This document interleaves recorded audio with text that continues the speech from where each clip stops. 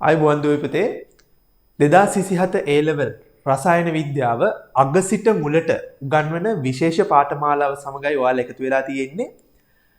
ඇත්තටම කිව්වොත් මේ පාඨමාලාව අපි පටන් ගත්තේ මීට අවුරුදු 6කට කලින්. සාර්ථකව අවුරුදු 6ක් තිස්සේ මේක අපි අධ්‍යයනය කරලා අපි මේ පාඨමාලාවට සම්බන්ධ වෙච්ච දුවදරුවන් සෑහෙන ප්‍රතිඵල ලබාගෙන සෑහෙන සාර්ථක පාඨමාලාවක් විදිහට මේක අවුරුදු 6ක් තිස්සේ අපි දියත් කරගෙන යනවා. ඉතින් ඔයාලා පොඩ්ඩක් හිතනවා ඇති තාම 2027 A level තියෙද්දි තාම මුල් පාඩම් දෙක තුන ඉගෙනගෙන ඉන්න අතරතුර ඇයි මේ අවසන් ඒකක මේ තරම් ඉක්මනට උගන්වන්න අවශ්‍ය වෙන්නේ කියලා. හරි. මේව හිතලා බලන්න. මේ වෙද්දි ඔයාලා පාස් පේපර්ස් පරිශීලනය කරලා ඇති පාස් පේපර්ස් පොතක් ගත්තොත් ඔයාලා පිටු එහාට මෙහාට පෙන්නලා හරි බලලා ඇති. දුවේ පුතේ මතක තියාගන්න රසායන විද්‍යාව ප්‍රශ්න පත්‍රයේ උසස් පෙළට ඔයාලට හම්බ වෙන ප්‍රශ්න පත්‍රයේ කෙමිස්ට්‍රි පේපර් එකේ වැඩිපුරම ලකුණු අරගෙන ඉන්නේ. වැඩිපුරම ලකුණු හම්බෙන්නේ මෙන්න මේ අවසන් ඒකක වලින්. අවසන් ඒකක වලින් හම්බෙන ලකුණු ටික මුළු ප්‍රශ්න පත්‍රයේ 70%කට වඩා වැඩි. එතකොට පුතේ සිලබස් එක මුලින් ඉඳන් අවසන් වෙනකන් ඉගෙනගෙන ගිහිල්ලා පිළිවෙලට ඉගෙනගෙන ගිහිල්ලා සම්පූර්ණ සිලබස් එක ඉවර කරලා ඔයාලා ප්‍රශ්න පත්‍ර වලට උත්තර ලියන්න ගත්තොත් ඔයාලට හම්බෙලා තියෙන කාල සීමාව හිතාම සීමිතයි.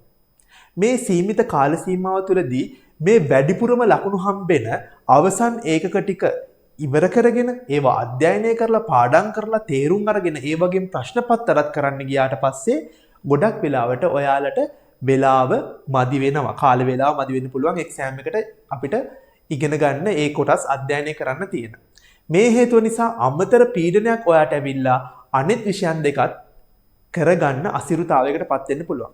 ඉතින් පුතේ අපි මේ පාඨමාලාව හඳුන්වලා දුන්නේ පූර්ණ අධ්‍යයනයක් කරලා දැවැන්ත වැඩපිළිවෙලක් එක්ක තමයි ඔයාලට මේක දියත් කරන්නේ. එතකොට කෙනෙක්ට ප්‍රශ්නයක් තියෙනවා නම් මේ අවසන් ඒකක දැම්ම ඉගෙන ගන්න පුළුවන්ද? තාම මේ අපි මුල් ටිකනේ ඉගෙනගෙන යන්නේ කියලා හිතෙනවා නම් බොහොම සාධාරණයි. හැබැයි පුතේ මේ පන්තියට සම්බන්ධ වෙලා ටික කාලයක් යද්දී වාට තේරෙයි අර මුලින් ඉගෙන ගත්ත ඒකකත් 1 2 3 විෂය නිර්දේශයේ තියෙන පළවෙනි පාඩම් වල තියරි කොටස් හරියටම තේරුම් ගන්නත් මේ අවසන් ඒකක අත්‍යවශ්‍යයි කියන එක. අවසන් ඒකක ඉගෙන ගද්දි තමයි ඔයාලට තේරුම් යන්නේ සමහර අර මුල් ඒකකවල ඉගෙන ගත්ත સિદ્ધාන්තවල ඇත්තම කතාව මොකද්ද කියලා. හරි. එතකොට මෙන්න මේ අවසන් ඒකක කල්තිය ඉගෙන ගන්න එකෙන් ඔයාලට විශේෂ වරප්‍රසාද විශේෂ වාසියක් අත් වෙනවා. මොකක්ද ඒ වාසිය? අමතර පීඩනයක් නැතුව මේ වැඩිම ලකුණු ගෙනන මේ අවසන් ඒකක පුතේ මතක තියාගන්න ගොඩක් තර්කානුකූලව ඉගෙන ගන්න ඕන විෂයන්. මේ තර්කානුකූලව නිවි සැනසille ඉගෙන ගන්න ඕන විෂයන් හිමින් සීරුවේ ඉගෙනගෙන වැඩි කාලයක් තියලා මේ සිලබස් එක අවසන් කරගත්තම වැඩි ප්‍රශ්න පත්‍ර ප්‍රමාණයකට උත්තර ලියන්න ඔයාට අවස්ථාව හම්බ වෙනවා. ඉතින් සැකයක් තියාගන්න එපා. මේකට සම්බන්ධ වෙලා බලන්න. පළමු මාසෙම ඔයාලට මේ පන්තියට නොමිලේ සම්බන්ධ වෙන්න පුළුවන්. අධ්‍යයනය කරලා බලන්න. හැබැයි මතක තියාගන්න සාම්ප්‍රදායෙන් ඔබට යන වැඩපිළිවෙලක් තමයි මේක. බය නැතුව රාමුවෙන් පිට හිතන්න පුළුවන් කෙනෙක් නම් ඔයත් මේ පන්තියට දිගටම සම්බන්ධ වෙන්න. හරි පුතේ. එහෙනම් අද අපි ඉස්සෙල්ලාම පටන් ගන්නේ ඔයාලගේ විෂය නිර්දේශයේ 7 වෙනි ඒකකයේ ඉඳලා තියෙන 14 වෙනි ඒකකයේ දක්වා තියෙන අවසන් ඒකක තමයි අපි මේ පන්තියේදී සාකච්ඡා කරන්න යන්නේ. පුතේ 7 වෙනි ඒකකය ගත්තට පස්සේ ඔයාලට හම්බෙනවා ඔයාලා අහලත් ඇති කාබනික රසායනය. 7 වෙනි ඒකකයේ ඉඳන් 10 වෙනි ඒකකයේ වෙනකම්ම තියෙන්නේ කාබනික රසායනය. බලන්න 7 8 9 10 ඒකක 4ක්ම කාබනික රසායනය. මේ කාබනික රසායනය කියන විෂය නැත්තම් මේ පාඩම පුතේ හරිම වැදගත්. මොකද එක්සෑම් පේපර් එකේ MCQ 50න් අඩුම තරමෙන් MCQ 8ක් හෝ 10ක් අතර ප්‍රමාණයක් මේ කාබනික රසායනයෙන් හම්බ වෙනවා. බලන්න ලකුණු 50න් ලකුණු 10ක්ම මේ කාබනික රසායනයේ කොටසෙන් හම්බ වෙනවා. ඒ විතරක් නෙමෙයි. ස්ට්‍රක්චර්ඩ් එසේ ව්‍යුහගත රචනා ප්‍රශ්න ගත්තට පස්සේ ව්‍යුහගත රචනා ප්‍රශ්න 4න් එකක් අනිවාර්යයෙන්ම කාබනික රසායනයෙන් තමයි හම්බෙන්නේ. ඒ විතරක් නෙමෙයි. රචනා ප්‍රශ්න වලිනුත් අනිවාර්යයෙන් රචනා ප්‍රශ්නයක් එනවා. ඔයාලට තෝරගෙන ලියන්න පුළුවන්. රචනා ප්‍රශ්නයකුත් අපිට හම්බෙනවා කාබනික රසායනය ඔස්සේ. එතන මේ කාබනික රසායනය වගේ පාඩමක් කලින්ම ඉගෙනගෙන අවසන් කරලා හොඳට ඒකට ප්‍රශ්න පත්‍ර කරලා පුහුණු වෙලා පුරුදු වෙලා එක්සෑම් එකට ගියා නම් මේ ලකුණු ටික නිකම්ම ඔයාලට ගන්න පුළුවන්. රයිට්. කාබනික රසායනය. හරි. පුතේ අපි මුලින්ම හරි සරලව මේ පාඩම ඉගෙනගෙන යමු. කාබනික රසායනය. මොකද්ද මේ කාබනික රසායනය කියන්නේ? හරි. ඔයාලට තේරෙනවා කාබනික රසායනය කියන්නේ කාබන් කියන මූලද්‍රව්‍ය මූලික කරගෙන ඉගෙන ගන්න රසායනික සිද්ධාන්ත කොටස් ටිකක්. හරි. දැන් පුතේ දැන් පිරියොඩික් ටේබල් එක නැත්නම් අපි කියනවා අපේ ආවර්තිතා වගුව ගත්තට පස්සේ මේකේ මූලද්‍රව්‍ය කාබන් විතරක් නෙමෙයිනේ. තවත් වර්ග ගොඩක් ඉන්නවා. ඇයි එහෙනම් මේ කාබන් විතරක් මූලික කරගෙන අපි වෙනම පාඩම එක පාඩමකුත් නෙමෙයි යුනිට් 4ක් ඒකක 4ක් මෙහෙම කාබන් විතරක් මූලික කරගෙන ඇයි අපි වෙනම සිද්ධාන්ත ගොඩක් අධ්‍යයනය කරන්නේ? කාබනික රසායනය කියලා කාබන්ගේ රසායනය කියලා ඇයි අපි අධ්‍යයනය කරන්නේ? ඒකට පුතේ විශේෂ හේතු කීපයක් තියෙනවා. මතක තියාගන්න දැනට ලෝකේ හොයාගෙන තියෙන සංයෝග වලින් 90ක් විතරම මේ වෙද්දි මිලියන 13ක් විතර රසායනික සංයෝග හොයාගෙන තියෙනවා. මේ සංයෝග වලින් 90ක් විතරම කාබන් මූලික වෙලා හදලා තියෙන සංයෝග තමයි හොයාගෙන තියෙන්නේ. අන්න ඒකට හේතුව මොකක්ද කියලා අපි හොයාගෙන යද්දී අපිට පුළුවන් හොයාගන්න මේ කාබන් නිකන් අනිත් මූලද්‍රව්‍ය වගේ කෙනෙක් නෙමෙයි. මේ කාබන් වල තියෙන විශේෂ හැකියාවන් නිසා තමයි මේ කාබන්ට මේ තරම් සංයෝග සංඛ්‍යාවක් මේ කාබන් කියන මූලද්‍රව්‍යයට මේ තරම් වූ සංයෝග සංඛ්‍යාවක් සෑදීමේ හැකියාව තියෙන විශේෂ සාධක කීපයක් බලපාලා තියෙනවා. එතන මේ කාබන් මේ විදිහට මේ තරම් සංයෝග ප්‍රමාණයක් හදන නිසාම අපි කාබනික රසායනය කියලා මේ කාබන්ගේ සංයෝග ගැන වෙනමම ඉගෙන ගන්නවා. පැහැදිලිද? රයිට්. හරි. අපි ඊළඟට බලමු මේ කාබන් කියන කෙනා මූලික වෙලා වැඩි මූලද්‍රව්‍ය වැඩි සංයෝග සංඛ්‍යාවක් සාදන්න හේතු වෙලා තියෙන්නේ ඇයි කියලා. පැහැදිලිද? හරි. පුතේ මතක තියාගන්න කාබන් වල සංයුජතාවය. දැන් පුතේ ඔයාලා O level වලදී එහෙම අහලා ඇති මේ වචනේ. එහෙම නැත්නම් මුල් ඒකක වලදී මේ සංයුජතාවය කියන වචනේ ඔයාලට හම්බෙන්නේ නැති. කාබන් වල සංයුජතාවය පුතේ කීයද? 4යි. මොකද්ද අපි පොඩ්ඩක් මතක් කරගෙන යම් පරණ තියරි එහෙම. මොකද්ද සංයුජතාවය කියන්නේ? මූලද්‍රව්‍යයක සංයුජතාවය කියන්නේ ඒ මූලද්‍රව්‍යයේ බාහිරම කවචය. නැත්නම් අපි කියනවා සංයුජතා කවචයේ තියෙන තමන්ගේ ඉලෙක්ට්‍රෝන පාවිච්චි කරලා එයාලා හදා ගන්නවනේ බන්ධන වෙනත් මූලද්‍රව්‍යයත් එක්ක.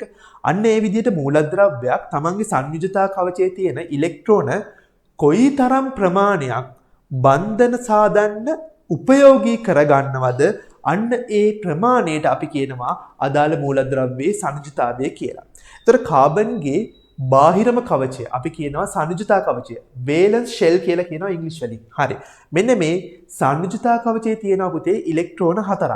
එහෙනම් මෙයාට මේ ඉලෙක්ට්‍රෝන 4ම පාවිච්චි කරලා බන්ධන සෑදීමේ හැකියාවක් තියෙනවා. එහෙනම් කාබන් වල සංයුජතාවය කීයද? සංයුජතාවය 4යි. එතකොට මේ කාබන් වල සංයුජතාවය 4ක් වීමත් මෙයාට මේ තරම් වූ සංයෝග ප්‍රමාණයක් සෑදීමට රුකුලක් වෙලා තියෙනවා. හරිද? පැහැදිලි. එහෙනම් තවත් දෙවෙනි කාරණය තමයි කාබන් මේ තරම් වූ විශාල සංයෝග සංඛ්‍යාවක් සාදන්න කාබන්ට පුළුවන් මෙන්න මේ වගේ වැඩක් කරන්න. කාබන්ට පුතේ පුළුවන් එයාගේම වර්ගයේ මූලද්‍රව්‍ය කාබන් පරමාණුත් එක්කම බන්ධන හදන්න. ඒ විතරක් නෙමෙයි. එයාගේ වර්ගයේ නොවන ඔක්සිජන්ලා නයිට්‍රජන්ලා මෙන්න හයිඩ්‍රජන්ලා මෙන්න මේ වගේ වෙනත් වර්ගවල මූලද්‍රව්‍යත් එක්කත් ස්ථායි සහ සංයුජ බන්ධන හදන්න හැකියාවක් තියෙනවා. මොකද මම කිව්වේ කාබන්ට පුළුවන් එයාගේම වර්ගයේ කාබන් තවත් කාබන් පරමාණුත් එක්ක බන්ධන හදන්න ස්ථායිව. ඒ විතරක් නෙමෙයි කාබන් නොවන නයිට්‍රජන් ඔක්සිජන් හයිඩ්‍රජන් වගේ වෙනත් පරමාණුත් එක්කත් ස්ථායි බන්ධන හදන්න කාබන්ට හැකියාවක් තියෙනවා. ඔන්න දැන් අපි සාධක දෙකක් හේතු දෙකක් කතා කරා කාබන් මේ තරම් වූ විශාල සංයෝග සංඛ්‍යාවක් හදන්න හේතුව මොකක්ද කියලා. ඊළඟට තුන්වෙනි සාධකය. තුන්වෙනි හේතුව තමයි පුතේ මෙන්න මේ කාබන්ට හරි ලස්සන හැකියාවක් තියෙනවා. අපි කියනවා ඔයාලට මතක ඇති ඕලවල ඉගෙනගෙනත් ඇති මේක මතකද බලන්න කාබන්ට පුළුවන් එකිනෙකා බැඳි කාබන්ල බැඳිලා සරල දාම හදන්න. මේ බලන්න මෙන්න මේ විදිහට කාබන් පරමාණුවට පුළුවන් මම මේ දාමය විතරයි අඳින්නේ මේ සම්පූර්ණ සංයෝගයක් නොවේ.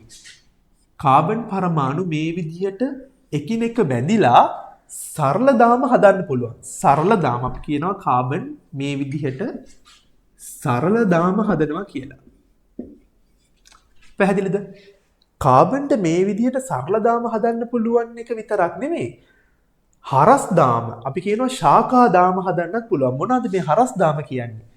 කාබන් මේ විදිහට එක දිගටම එකිනෙකට බැඳිලා ගියොත් අපි කියනවා සරල දාමයක් කියලා. මේ විදිහට එක දිගට බැඳිලා ගියපු කාබන් දාමයකට තව පුළුවන් පුතේ මෙන්න මේ විදිහට හරස් අතටත් දාම හදන්න. අපි කියනවා මේවට හරස් දාම නැත්නම් ශාඛා දාම කියලා. හරිද? දැන් බලන්න කාබන්ට පුළුවන් එකිනෙකට මෙහෙම බැඳිලා දිගට සරල දාම හදන්න. ඒ විතරක් නෙමෙයි. එයාට පුළුවන් ශාඛා දාම හදන්න. මේ විදිහට දිග අතට පළල් අතට හරස් අතට ඕන අතකට මේ විදිහට කාබන්ලා බැඳිලා දාම විදිහට බැඳිලා සහසම්මුජ බන්ධන වලින් බැඳි යන්න පුළුවන්. ඒ විතරක් නෙමෙයි. කාබන්ට පුළුවන් පුතේ මෙන්න මේ වගේ චක්‍රීය දාම හදන්න. මේ බලන්න. කාබන්ට පුළුවන් මේ වගේ චක්‍ර හදන්න. චක්‍රීය දාම හදන්නත් පුළුවන්. මේ බලන්න. කාබන් අපි මේ වගේ ඉස්සරහට ඉගෙන ගන්නවා. මෙන්න මේ විදිහට. චක්‍රීය දාම හැදීමේ හැකියාවකුත් කාබන්ට තියෙනවා. මෙන්න මේ විදිහට විශේෂ වූ දාම වලින් බැඳීමේ හැකියාවක් කාබන්ට තියෙන නිසාම ඒකත් තව හේතුවක් වෙලා තියෙනවා. මේවා චක්‍රීය දාම. ඒකත් තව හේතුවක් වෙලා තියෙනවා පුතේ. කාබන්ට මේ තරම් වූ විශාල සංඛ්‍යාවක් සංයෝග හදන්න. හරි. දැන් එතකොට අපි කාරණා තුනක් කාබන් ගැන මේ තරම් විශේෂයෙන් ඉගෙන ගන්න හේතුවට කාරණා තුනක් අපි දැන් කතා කරා. අවසන් කාරණය තමයි පුතේ ඔයාලා තාම ඉගෙනගෙන නැහැ.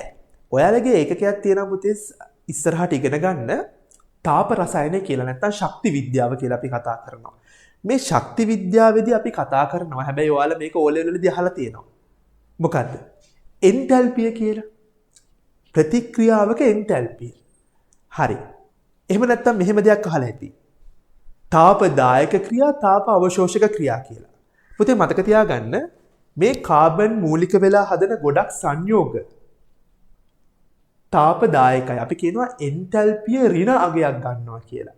එන්තැල්පිය ඍණ අගයක් ගන්නවා කියන්නේ පුතේ එවන් ප්‍රතික්‍රියා තාපදායකයි. අපි ඒවා ඉස්සරහට කතා කරනවා. පැහැදිලිද?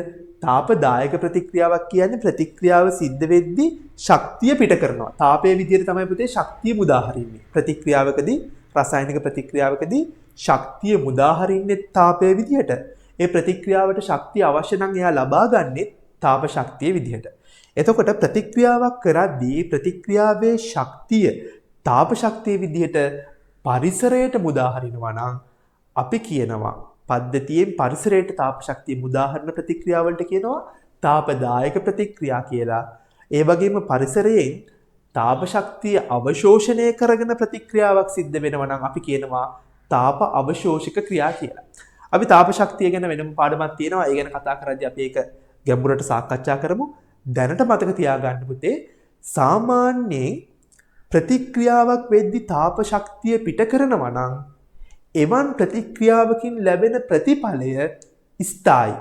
ඔන්න මම ආයෙත් කියනවා ප්‍රතික්‍රියාවක් සිද්ධ වෙද්දී ශක්තිය පිටවීමක් සිද්ධ කරනවා නම් එවන් ප්‍රතික්‍රියාවකින් ලැබෙන ප්‍රතිඵලවල ස්ථායීතාවය වැඩි. පැහැදිලිද? එතකොට පුතේ මතක තියාගන්න ඒකේ අනිත් පැත්තත් ඒ විදිහමයි. ප්‍රතික්‍රියාවක් සිද්ධ වෙද්දී තාප අවශෝෂක ප්‍රතික්‍රියාවක් නම් සිද්ධ වෙන්නේ එවන් ප්‍රතික්‍රියාවකින් ලැබෙන තාප අවශෝෂක ප්‍රතික්‍රියාවකින් ලැබෙන ප්‍රතිඵලය ස්ථායීතාවය අඩුයි. පැහැදිලිද? හරි එහෙනම්. එතකොට දැන් මෙතනදී අපිට පොඩි දෙයක් මෙතනින් දැනගන්න ඕනේ වෙන්නේ මතක තියාගන්න මේ කාබන් මූලික වෙලා සංයෝග උත්පාදනය කරනවානේ. අන්න ඒ සංයෝගවල උත්පාදනයේදී බොහෝ උත්පාදන එන්තැල්පි වල අගය ඍණ අගයක් ගන්නවා. ඒ කියන්නේ මොකද්ද? එන්තැල්පිය ඍණ අගයක් ගන්නවා කියන්නේ තාපදායකයි. මතක තියාගන්න එන්තැල්පිය ඍණ අගයක් ගන්නවා කියන්නේ පුතේ ඒක තාපදායක ප්‍රතික්‍රියාවක්. එන්තැල්පිය ඍණ වෙන්නේ කොහොමද ධන වෙන්නේ කොහොමද කියලා අපි වෙනම ඉගෙන ගමු. හරිද? ඒ කියන වද වෙන්න එපා දැම්ම. හරිද? ප්‍රතික්‍රියාවක එන්තැල්පිය. හරිද? එන්තැල්පිය ඍණ නම් තාප දායකයි. එන්තැල්පිය ප්‍රතික්‍රියාවේ ධන වුණොත් මෙයා තාප අවශෝෂක. අපි මේවා පැහැදිලිව වෙන වෙනම ඉගෙන ගන්නවා. තව තාප අවශෝෂකයි. එතකොට කාබන් මූලික වෙලා හදන සංයෝගවල උත්පාදන එන්තැල්පිය බොහෝය වගේ ඍණ වෙනවා. ඒ කියන්නේ ඒවා තාපදායකයි. අන්න ඒ තාපදායකයි කියන එකේම අපිට තේරුම් යනවා ප්‍රතික්‍රියාව තාපදායක නම් ප්‍රතිඵලය ස්ථායි. එතකොට මේ උත්පාදනය වන කාබන්ගෙන් උත්පාදනය වන බොහෝ සංයෝග ස්වභාවයේ ස්ථායි. ස්ථායි නිසා කාබන්ට පුළුවන් ඒ වගේ ස්ථායි සංයෝග මිලියන ගාණක් හදන්න. ඒකත් ප්‍රධාන හේතුවක් වෙලා තියෙන පුතේ කාබන්ට මේ තරම් වූ සන්ධි නැත්නම් අපේ රසායනික විද්‍යාව තුළ ස්ථානයක් හිමි වෙන්න. හරි. දැන් එහෙනම් පැහැදිලි කාබනික සංයෝග ගැන මේ තරම් වෙනමම විෂයක් විදිහට ඉගෙන ගන්න ඇයි අපි නැඹුරු වෙලා තියෙන්නේ කියලා. හොඳට මතක තියාගන්න පුතේ ඕගොල්ලගේ මේ සිලබස් එක ඇතුලේ කාබනික රසායනය කියලා ඉගෙන ගන්න තියෙන හරි පොඩි දෙයක් විතරයි. ඔයාලා විශ්වවිද්‍යාලයට ගියාට පස්සේ කාබනික රසායනය ගැන සෑහෙන දේවල් ඔයාලට ඉගෙන ගන්න පුළුවන්. ඔයාලා රසායන විද්‍යාව පැත්තෙන් ඉදිරියට උසස් අධ්‍යාපනය කරගෙන ගියොත්. හරි පුතේ. දැන් එහෙනම් අපි මේ කතා කරේ කාබන් මූලික වෙලා වැඩි සංයෝග සංඛ්‍යාවක් සාදන්න හේතු මොනවද කියලා. පැහැදිලිද? හරි. පොඩි නෝට් එකක් දාගන්න මේ විදිහට මම කියන්නම්. ඔයාලා මේක ලියා ගන්න. ආවර්තිතා වගුවේ මූලද්‍රව්‍ය අතරින් කාබන් මූලික වී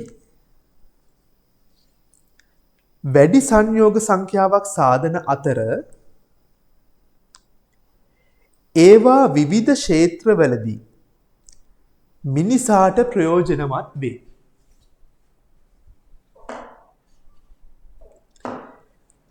මේ නිසා වෙනම රසායනයක් ලෙස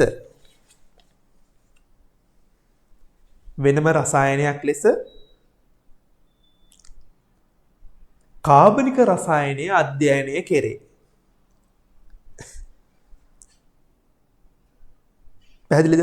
ඊළඟට අනුමාතෘකාවක් දාන්න. කාබන් මූලික වී වැඩි සංයෝග සංඛ්‍යාවක් සෑදීමට හේතු. පළවෙනි හේතුව තමයි පුතේ ලියන්න එක කියලා දාලා කාබන්හි සංයුජතාව 4ක් වීම. කාබන්හි සංයුජතාව 4ක් වීම. දෙවෙනි හේතුව තමයි කාබන් තම පරමාණු සමග මෙන්ම වෙනත් පරමාණු සමගද ස්ථායි සහබන්ධන සෑදීම. සහබන්ධන කියන්නේ පුතේ සහ සංයුජ බන්ධන. ඔයාලා දැන් දන්නවනේ මේවා ගැන. බන්ධන පාඩම මම හිතන්නේ මේ විදිහ ඉවර කරලා ඇති. ඕලෙලලත් අපි මේ ගැන කතා කරලා තියෙනවා. right. තුන්වෙනි සාධකයේ තමයි කාබන් පරමාණු නැවත නැවත බැඳී. කාබන් පරමාණු නැවත නැවත බැඳී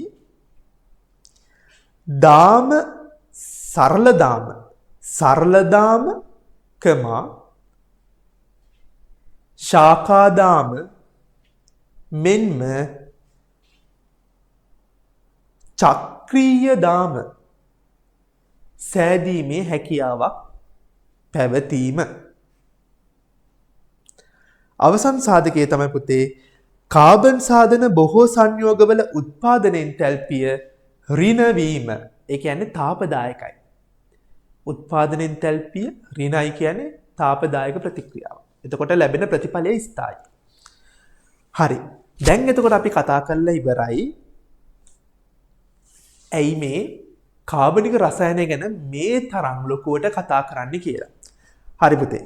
දැන් එහෙනම් අපි බලමු පොඩි ඕවල් එකක් අවුට්ලයින් එකක් ගහගෙන මේ කාබනික රසායනය කියලා අපේ සිලබස් එකේ අපිට ඉගෙන ගන්න තියෙන වපසරිය මොකක්ද කියලා. හරිද? කාබනික රසායනය කියලා අපිට ඉගෙන ගන්න තියෙන්නේ මොනවද කියලා පොඩ්ඩක් වපසරිය දැනගන්න. මොකද මම මුලදීම ඔයාලට කිව්වා කාබනික රසායනය කියලා අපිට මේ ලෝකේ තියෙන සියලුම කාබනික රසායන සිද්ධාන්ත ඉගෙන ගන්න උසස් පෙළ සීමාවේ නැහැ. ඒතර මේ උසස් පෙළ සීමාවේදී ඔයාලට තියෙන වපසරිය හරියට දැනගෙන යන එක හරිම ප්‍රයෝජනවත්. මොකද මේ සීමිත කාලයන්නේ තියෙන A level syllabus එක ඉගෙන ගන්න. ඒතර මේ කාලය තුලදී හරියටම අවශ්‍ය දේ විතරක් ඉගෙනගෙන ඉස්සරහට යන්න තියෙනවා නම් ඔයාලා හරිම ප්‍රයෝජනවත් වෙනවා. right. හරි. දැන් මොන්න පුතේ බලන්න අපි බලමු දැන් අපේ සිලබස් එකේ කාබනික රසායන අපි කියනවා ඕගනික් කෙමිස්ට්‍රි. Organic chemistry. කාබනික රසායනය කියන පාඩම තුලදී ඉගෙන ගන්න තියෙන්නේ මොනවද කියලා. පුතේ මතක තියාගන්න දැන් ඔයාලගේ සිලබස් එකේ නම් මේ පාඩම තියෙන්නේ 7 වෙනි පාඩම 8 වෙනි 9 10 කියලා යුනිට්ස් 4කට බෙදලා. ඔයාලා සිලබස් එක හරහා ගියොත් ඔයාලට හොයාගන්න දැක ගන්න පුළුවන් මේක බෙදලා තියෙන්නේ පාඩම නයිට්‍රජන් අඩංගු කාබනික සංයෝග ගැන අධ්‍යයනය, ඔක්සිජන් අඩංගු කාබනික සංයෝග අධ්‍යයනය කියලා එහෙම වෙන වශයෙන්. හැබැයි පුතේ මතක තියාගන්න එහෙම වෙන වශයෙන් ඉගෙනගෙන A level exam එකේ හම්බෙන ප්‍රශ්නෙට උත්තර ලියන්න බෑ. මොකද මේ සියලු සංයෝගවල තියෙන රසායනික දත්තයන්, ඒ කියන්නේ රසායනික සමානාත්මකතාවයන් සහ වෙනස්කම් මොනවද කියලා අපි කලවම් විදිහට කලවමේ ඉගෙනගෙන ගියොත් විතරයි අපිට පුළුවන් වෙන්නේ එක්සෑම් එකේ ওই උත්තරේ හරියට ලියා ගන්න. මොකද වෙන වෙනම නයිට්‍රජන් වලින් සෑදිලා තියෙන නයිට්‍රජන් අඩංගු කාබනික සංයෝග, ඔක්සිජන් අඩංගු කාබනික සංයෝග, හයිඩ්‍රජන් සමග බැඳිලා තියෙන හයිඩ්‍රෝකාබන කියලා වෙන වශයෙන් ඉගෙනගෙන අපිට අවසන් ප්‍රශ්න පත්‍රයේ හම්බෙන ප්‍රශ්නෙට උත්තර ලියා ගන්න බෑ. එහෙනම් මම මේ පාඩම වෙනස්ම විදියකට හදලා තියෙනවා. ඔයාලට ඉගෙන ගන්න, ඔයාලට තේරුම් ගන්න පහසු වෙන විදිහට මේ පාඩම වෙනස්ම විදිහට ආපහු මේ සිලබස් එකේ තියෙන විදිහටම නෙමෙයි, කියන්නේ පිළිවෙල වෙනස් කරලා තේරුම් ගැනීමේ හැකියාව සහ ඒ අධ්‍යයනය කිරීමේ පහසුව සඳහා මේ සිලබස් එකේ තියෙන දේම පිළිවෙල වෙනස් කරලා ෂෆල් කරලා ඔයාලට හරි ලස්සනට මේ පාඩම මම දියත් කරලා දෙනවා. හරි බලන්න. කාබනික රසායනය කියලා තියෙන අපිට ඉගෙන ගන්න තියෙන සිද්ධාන්ත කොටස් වල මෙන්න මේ විදිහේ දෙයක් තමයි අපිට ඉගෙන ගන්න තියෙන්නේ. right. මම මේ බ්‍රේක් ඩවුන් එක ඔයාලට ඉස්සෙල්ලම හදලා දෙන්නේ. ඔයාලට පුළුවන් පොඩි අවබෝධයක් ගන්න. අපි කාබනික රසායනය කියලා යුනිට් 4ක දේවල් ඉගෙන ගන්නවා. මොනවද අපි මේ ඉගෙන ගන්න යන්නේ කියලා. හරි. කාබනික රසායනයේ අපි ඉස්සෙල්ලම දැන් කරා හැඳින්වීම. ඇයි අපි කාබනික රසායනය කියලා දෙයක් ඉගෙන ගන්නේ? ඒක අපි කතා කරලා ඉවරයි. ඊළඟට පුතේ අපි කතා කරනවා කාබනික රසායනයේ ක්‍රියාකාරී කාණ්ඩ හඳුනා ගැනීම. ක්‍රියාකාරී කාණ්ඩ හඳුනා ගැනීම. ක්‍රියාකාරී කාණ්ඩ හඳුනා ගැනීම. ඊළඟට පුතේ අපි කතා කරනවා කාබනික සංයෝගවල IUPAC නාමකරණය. අපි මේවා කතා කරමු. IUPAC නාමකරණය.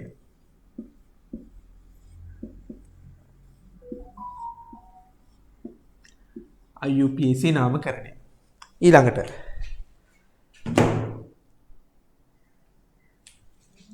ඊළඟට පුතේ අපි කතා කරනවා IUPAC නාමකරණයෙන් පස්සේ පුතේ මම අර පැහැදිලි කරපු දේ තමයි මේ දැන් ආයෙත් කියන්න යන්නේ. සිලබස් එකේ පිළිවෙලට ගියොත් ඊළඟට ඔයාලට ඉගෙන ගන්න තියෙන්නේ නැත්නම් මට උගන්වන්න තියෙන්නේ සමාවියවිකතාවය කියලා පාඩමක්. මේ කාබනික රසායනයේ සමාවියවිකතාවය කියන පාඩම තමයි ඊළඟට ඔයාලට උගන්වන්න තියෙන්නේ. ඇත්තටම මීටත් කලින් තමයි සිලබස් එකේ තියෙන විදිහට ගියොත් ඔයාලට උගන්වන්න තියෙන IUPAC නාමකරණයටත් කලින්. හැබැයි පුතේ මතක තියාගන්න මේ සමාවියවිකතාවයෙන් තනි ප්‍රශ්නයක් ඔයාලට හම්බෙනවා. තනි ප්‍රශ්නයක් ඔයාලට හම්බෙනවා A level syllabus එකේ structured essay යටතේ. මම මෙතනදී සමාවියවිකතාවය ඔයාලට උගන්වන්න ගියොත් ඔයාලට ඕගනික් කෙමිස්ට්‍රිත් එපා වෙලා එතනින් එහා මේ වැඩේ අතහැරලම දානවා. මොකද මෙතනදී සමාවියවිකතාවය ඉගෙනුවට පුතේ අර එක්සෑම් එකේදී හම්බෙන ප්‍රශ්නෙට උත්තර ලියා ගන්න බැහැ සමාවියවිකතාවයේ යටතේ හම්බෙන. ඒකට මේ ඕගනික් කෙමිස්ට්‍රි නැත්නම් කාබනික රසායනයේ තියෙන සියලුම සිද්ධාන්ත හොඳ හැටි දැනගෙන ගියොත් තමයි අන්න ඒ ව්‍යුහගත රචනා ප්‍රශ්නට උත්තරේ ලියා ගන්න පුළුවන් වෙන්නේ. එතකොට සිලබස් එකේ විදිහට මෙන්න මෙතනට සමාවියවිකතාවය උගන්වන්න තිබ්බට පුතේ මම මෙතන උගන්වන්නේ මම මේ සිලබස් එකේ තියෙන සියලු සිද්ධාන්ත උගන්වලා අවසන් කරලා තමයි සමාව්‍යුගතාවය උගන්වන්නේ. ඔයාලට සිලබස් එක අවසානයේ නැත්තම් මේ පාඩම අවසානයේදී ඇයි මම එහෙම කරේ කියලා තේරෙයි. ඒක නිසා මම දැන් මෙතන සමාව්‍යුගතාවය කියලා ලිව්වට පිළිවෙල ගලපලා තියෙන්නේ ඔයාලට තේරුම් ගැනීමේ පහසුව සහ අවශ්‍යතාවය අනුව. හරි. අපිට තියෙන පුතේ සමාව්‍යවිකතාවය කියලා කොටසක් ඉගෙන ගන්න.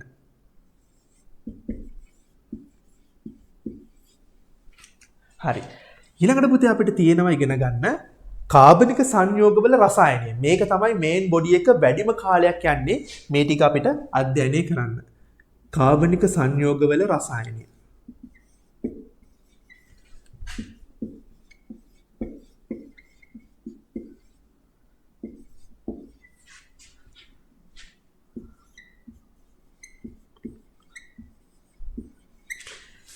ඊළඟට පුතේ අපිට ඉගෙන ගන්න තියෙනවා කාබනික සංයෝගවල ප්‍රතික්‍රියාවල යාන්ත්‍රණ ගැන. යාන්ත්‍රණ ගැන අපිට ඉගෙන ගන්න තියෙනවා. යාන්ත්‍රණ. ඊළඟට පුතේ ඔයාලා රචනාමය ප්‍රශ්න මේ වෙද්දිත් පාස් පේපර්ස් වල රචනා ප්‍රශ්න කියවලා තියෙනවා නම් මෙන්න මේව හම්බෙලා ඇති. කාබනික සංයෝගවල රසායනික පරිවර්තන සිද්ධ කරන්න අපිට හම්බ වෙනවා. පරිවර්තන පාත සඳහන් පරිවර්තනයේ සිදු කරන ආකාරය දක්වන්නේ කියලා ප්‍රශ්නවල වල දැකලා ඇති.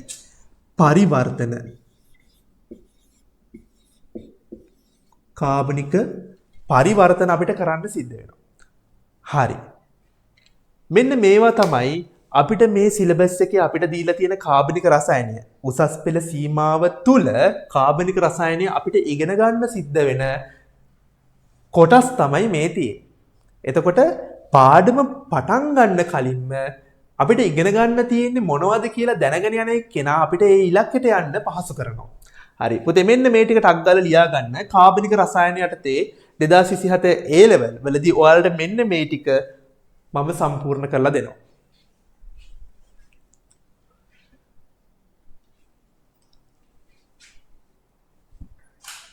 හරි පුතේ. දැන් අපි කතා කරන්න යන්නේ ක්‍රියාකාරී කාණ්ඩ ගැන. මොනවාද මේ ක්‍රියාකාරී කාණ්ඩ කියන්නේ? හරි. අපි මෙහෙම බලමු. කාබනික රසායනය අධ්‍යයනය කරද්දී වැදගත්ම දේ තමයි ඒ කාබනික රසායනික සංයෝගයක් අඳුන ගැනීම. කිසියම් කාබනික රසායනික සංයෝගයක් කවුද කියලා අඳුරගන්න එක තමයි වඩා වැදගත්ම දේ. දැන් උදාහරණයකට මෙහෙම ගමුකෝ. කාබනික රසායන ඉගෙන ගද්දී මම මුලදීම කිව්වා කාබනික සංයෝග මිලියන ගාණක් තියෙනවා. හැබැයි මේ මිලියන ගාණක් විවිධ කාබනික සංයෝග වර්ග ගණයන් වලට බෙදලා වෙන් කරලායි තියෙන්නේ. මම මේක තවත් මෙහෙම පැහැදිලි කරන්නම්කෝ උදාහරණයකින්. හිතන්න වාහන කියලා ගන්නකෝ. වාහන. කාබනික සංයෝග කියන්නේ වාහන කියලා හිතන්න. හැබැයි වාහන කියන අර ලොකු කුලකය ඇතුලේ පොඩි උපකුලක තියෙනවා නේද? මෙන්න මේ වගේ. බස්, කාර්, බයිසිකල්, කෝච්චි. එතකොට ගුවන් යානා. මෙන්න මේ වගේ වාහන කියන මහා කුලකය ඇතුලේ පොඩි උපකුලක තියෙනවා. අන්න ඒ වගේ තමයි කාබනික රසායනය. කාබනික සංයෝග කියන මහා කුලක යටතේ පොඩි උපකුලක තියෙනවා. දැනටමත් ඔයාලා සමහර දේවල් දන්නවා. මොකද සාමාන්‍ය පෙළ විෂය නිර්දේශයේදී මේ ගැන අපි කතා කරලා තියෙනවා. මොනවද මේ උපකුලක? ඇල්කේන, ඇල්කීන, ඇල්කයින වගේ දේවල් අහලා තියෙනව නේද? ඇල්කොහොල, බෙන්සීන් වගේ. මේවා අහලා නැත්තම් බය වෙන්න එපා. හරි. එතකොට මේ කාබනික රසායනය කියන මහා කුලකය ඇතුලේ තියෙන සංයෝග පොඩි උපකුලක විදිහට වෙන් කරලා තියෙනවා. මම දැන් කලින් කිව්වා වගේ ඇල්කේන, ඇල්කීන, ඇල්කයින වගේ වෙනත් විදිහේ පොඩි කාබනික සංයෝග වර්ග වලට බෙදලා වෙන් කරලා තියෙනවා. එතකොට සංයෝගයක් දැක්ක ගමන් අපිට පුළුවන් වෙන්න ඕනේ රයිට් මෙන්න මේ ඉන්නේ ඇල්කේනයක්, මේ කාබනික සංයෝගයේ ඇල්කීනයක්, මෙයා ඇල්කොහොලයක්, මෙයා ඇල්ඩිහයිඩයක්, මෙයා කීටෝනයක්, මෙයා බෙන්සීන් කෙනෙක්. මෙන්න මේ විදිහට අපිට හඳුන ගැනීමේ හැකියාවක් තියෙන්න ඕනේ. කොහොමද එහෙම හඳුනගන්නේ? දැන් පුතේ වාහනයක් ගන්නකෝ. වාහනයක් ගත්තට පස්සේ අපි පොදුවේ මේ ඔක්කොම වාහන කියලා කිව්වට අපිට පුළුවන් නේද එයාගේ හැඩය දැකපු ගමන් වාහනේ හැඩය දැකපු ගමන් අඳුර ගන්න මේක බස් එකක්, මේක ප්ලේන් එකක්, මේක 3 wheel එකක්, මේක ට්‍රැක්ටරයක්, මේක බයිසිකලයක් කියලා. අපි කොහොමද මේ වාහන වලින් ඒක අඳුරගන්නේ වෙන් කරලා වෙන වෙනම වාහන එක් වර්ගය? එයාට විශේෂිත වූ හැඩයක් තියෙනවා. නේද? දැන් අපි තව උදාහරණයක් ගමු. සතුන් වර්ග. සතුන් වර්ග ගත්තොත් මේ ඉන්නේ උරගයෙක්, මේ ඉන්නේ වලහෙක්, මේ කොටියෙක්, මේ කුරුල්ලෙක් කියලා අපි වෙන් කරලා අඳුරගන්නේ. එයාට විශේෂිත වූ හැඩයක් තියෙනවා. සහ එයාට විශේෂිත වූ යම් කිසි පරිසරයෙන් මෙයාට හම්බෙලා තියෙන ස්වභාවයන් තියෙනවා. අන්න ඒ විදිහටම පුතේ මේ කාබනික සංයෝගات පොදුවේ ගත්තම කාබන්ලා ඉන්නේ. හැම සංයෝගයකම කාබන්ලා තමයි ඉන්නේ. කාබනික සංයෝග කිව්වට පස්සේ. හැබැයි මේ සංයෝග එකිනෙකගෙන් මෙන් වශයෙන් හඳුනගන්න මෙයාලගේ ඇතුලේ මොනවා හරි විශේෂිත දෙයක් තියෙනවා. අන්න ඒ විශේෂිත දෙයට තමයි අපි මේ කියන්නේ ඒ සංයෝගයේ ක්‍රියාකාරී කාණ්ඩය කියලා. එතකොට මේ විශේෂිත දේ අඳුන ගන්න නම් අපි මේක කල්තියා අපේ ඔළුවට දාගෙන තියෙන්න ඕනේ. රයිට්. මේ සංයෝගයේ ඇල්ඩිහයිඩයක් නැත්නම් ඇල්කේනයක් මෙයා ඇල්කොහොලයක් කියලා අඳුන ගන්න ඒ සංයෝගයේ ඇතුළතම විශේෂිත වූ කිසියම් කාණ්ඩයක් තියෙනවා. ඒ සංයෝගයේ ඇතුළෙම කිසියම් වූ විශේෂිත කාණ්ඩයක් තියෙනවා. අන්න ඒ කාණ්ඩයට අපි කියනවා ක්‍රියාකාරී කාණ්ඩ කියලා. එතකොට පුතේ අපි මේ ක්‍රියාකාරී කාණ්ඩ කියන සංකල්පය පාවිච්චි කරන්නේ කාබනික සංයෝගය මොන කාණ්ඩයටද අයිති වෙන්නේ කියලා තීරණය කරන්න. එතකොට මේ ක්‍රියාකාරී කාණ්ඩය කියන්නේ පුතේ කාබනික සංයෝගයක් ඇතුළෙම තියෙන කිසියම් වූ ආවේනික කාණ්ඩයක්. හරි. දැන් අපි මේ ක්‍රියාකාරී කාණ්ඩ ගැන අධ්‍යයනය කරද්දී අපේ සිලබස් එකේ නැත්නම් අපේ විෂය නිර්දේශ සීමාව තුළ තියෙන සියලුම ක්‍රියාකාරී කාණ්ඩ ගැන කතා කරන්නයි යන්නේ. හරි. මේ පොඩි නෝට් එකක් දාගන්න.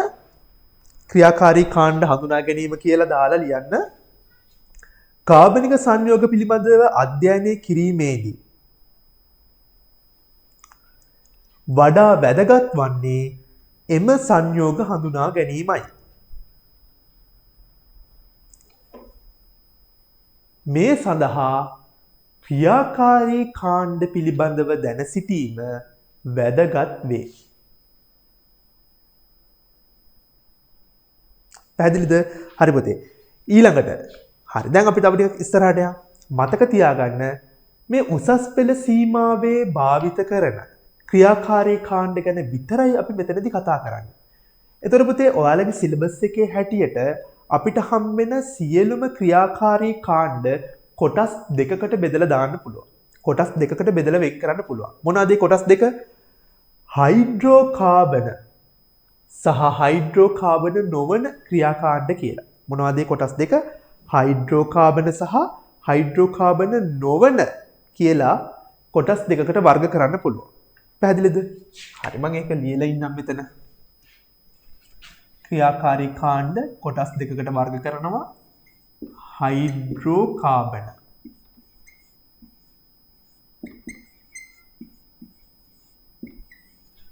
දෙවෙනි එක තමයි පුතේ හයිඩ්‍රෝකාබන නොවන.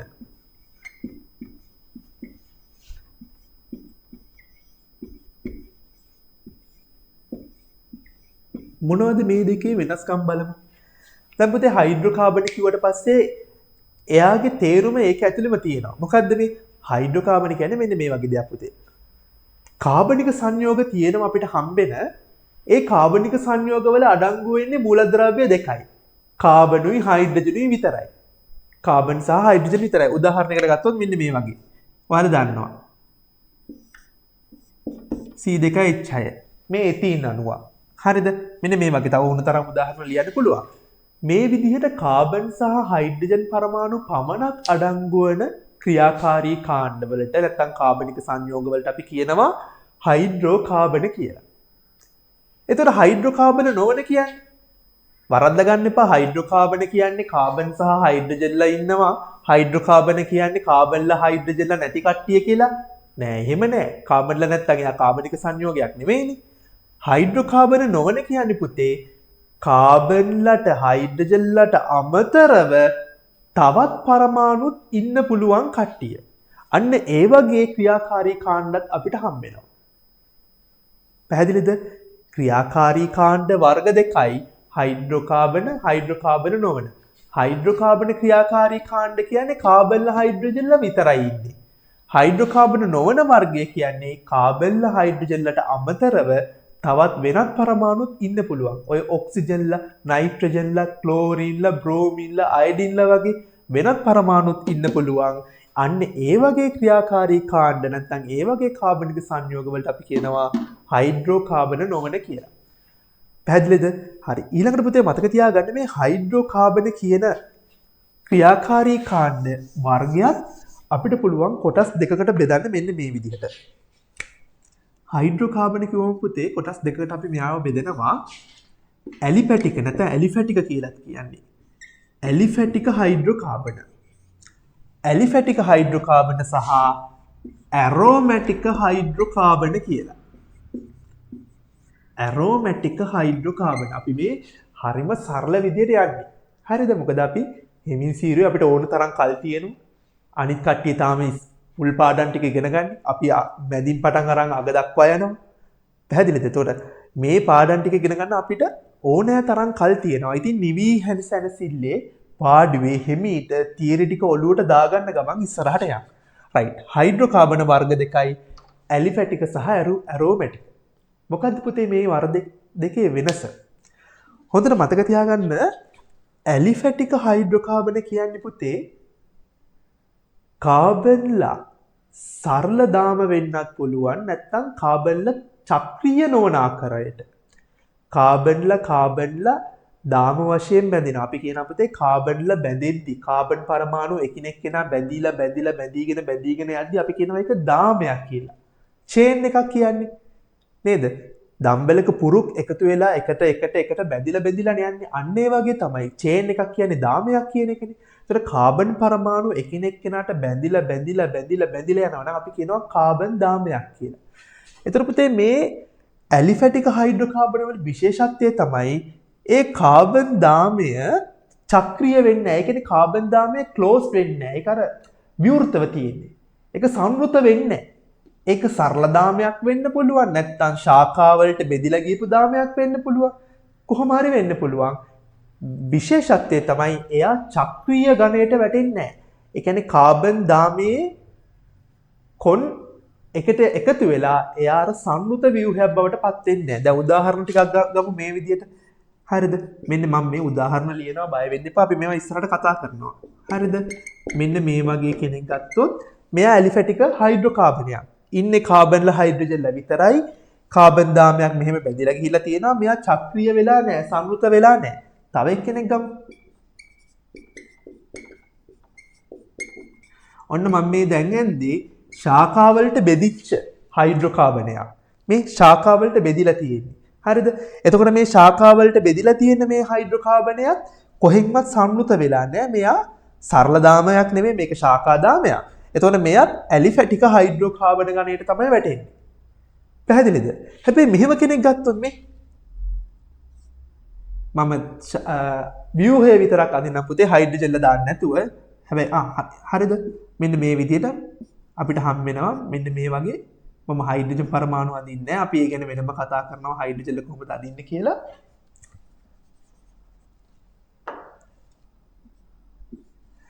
මෙන්න මේ වගේ කෙනෙක් ගත්තොත් බලන්න කාබන් දාමය ගිහිල්ලා සංවෘත වෙලා.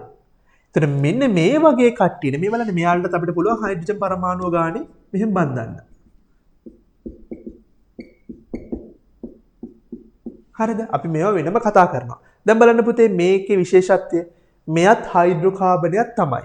කාබන් හයිඩ්‍රජන් විතරයි ඉන්නේ. කාබන්ලා හයිඩ්‍රජන්ලා විතරයි ඉන්නේ. එහෙනම් එයා හයිඩ්‍රෝකාබනයක්. හැබැයි මෙයා ඇලිෆැටික ගණයට නෙවෙයි වැටෙන්නේ ඇරෝමැටික. හේතුව මේ කාබන් දාමයේ චක්‍රීයයි. චක්‍රීය ව්‍යුහ සහිත හයිඩ්‍රෝකාබන අපි ඇරෝමැටික හයිඩ්‍රෝකාබන කියලායි හඳුන්වන්නේ. පැහැදිලිද? එතකොට අපි මෙතනදී කතා කරන ප්‍රධාන වශයෙන්ම කතා කරන ඇලිෆැටික හයිඩ්‍රෝකාබන කීපයක් ඉන්නවා. මේ ඇලිෆැටික හයිඩ්‍රෝකාබන යටතේ අපි කතා කරනවා හයිඩ්‍රෝකාබන වර්ග 3ක්. මොනවද හයිඩ්‍රෝකාබන වර්ග 3? ඇල්කේන, ඇල්කීන සහ ඇල්කයින. ඇල්කේන පළවෙනි එක්කෙනා ඇල්කේන, දෙවෙනි එක්කෙනා ඇල්කීන. අපි මේවා කතා කරනවා ඉස්සරහට. තුන්වෙනියා ඇල්කයින. සමහරට මේවා දැනටමත් ඔයාලා දන්නවත් ඇති. ඒ වුණාට අපි මුලින් ඉඳන් ඉගෙනගෙන යමු. රයිට්. මේ ඇල්කේන, ඇල්කීන, ඇල්කයින ගත්තට පස්සේ පුතේ මෙන්න මෙයාලා තමයි අපිට හම්බෙන ඇලිෆැටික් හයිඩ්‍රෝකාබන වර්ග 3. මෙයාලගෙනොත් මෙන්න මේ දෙන්න අපි කතා කරනවා. මේ දෙන්න අසන්තෘප්ත හයිඩ්‍රෝකාබන. ඇල්කීන සහ ඇල්කයින කියන්නේ අසන්තෘප්ත. මම පැහැදිලි කරන්නම් ඉස්සරහට ඇයි මේවා අසන්තෘප්ත කියන්නේ කියලා. දැනට තාම තියෙන්නේ අපි ක්‍රියාකාරී කාණ්ඩ ගැන කතා කරන ටිකනේ හැඳින්වීමනේ. ඉස්සරහට මම කියන්නම් ඇල්කීන ඇල්කයින ඇයි අසන්තෘප්ත කියලා. මේ තියෙන්නේ අපිට හම්බෙන අසන්තෘප්ත ඇලිෆැටික් හයිඩ්‍රෝකාබන දෙක. ඊළඟට පුතේ අපේ සිලබස් එකේ අපි කතා කරන ඇරෝමැටික් හයිඩ්‍රෝකාබනය තමයි මතක තියාගන්න බෙන්සීන්. මෙයාව නම් දැන් ගොඩක් කට්ටිය දන්නවා. දන්නේ නැහැ කියලා බය වෙන්න එපා. බෙන්සීන් ගැන අපිට වෙනම ලොකු රසායනයක් ගැන කතා කරන්න තියෙනවා. ඉස්සරහට බෙන්සීන් ගැන අපි ලොකුවට කතා කරනවා. හරි. හයිඩ්‍රෝකාබන ඇරෝමැටික් හයිඩ්‍රෝකාබනය තමයි අපිට හම්බෙන බෙන්සීන්. හරි. ඊළඟට බලන්න පුතේ අපි දැන් අනිත් පැත්තට යනවා. මොනවද? හයිඩ්‍රෝකාබන නොවන ක්‍රියාකාරී කාණ්ඩ මොනවද? හයිඩ්‍රෝකාබන නොවන ක්‍රියාකාරී කාණ්ඩ තමයි මම මේ ඔයාලට කියන්නේ. බලන්න ඔයාලට මේ chart එකෙන් දැන් පේනවා. බලන්න හයිඩ්‍රෝකාබන නොවන ක්‍රියාකාරී කාණ්ඩයේ ගණයට වැටෙනවා ඇල්කයිල් හේලයිඩ්, ඇල්කොහොල, ඇල්ඩිහයිඩ්, කීටෝන, ඊතර, කාබොක්සිලික් අම්ල, එස්ටර, ෆීනෝල, ඇමීන, ඩයිසෝනියම් ලවණ, සයනයිඩ්, අම්ල හේලයිඩ්, ඇමයිඩ්, ඇමයිනෝ අම්ල, ඇල්කයිල් නයිට්‍රෝ සංයෝග. හරි පුතේ දැන් අපි මේ කතා කරපු ක්‍රියාකාරී කාණ්ඩ ගැන වෙන වෙනම ඉගෙන ගන්නයි යන්නේ. මේ ක්‍රියාකාරී කාණ්ඩ සියල්ල ගැනම අපි දැන් වෙන වෙනම කතා කරන්නයි යන්නේ.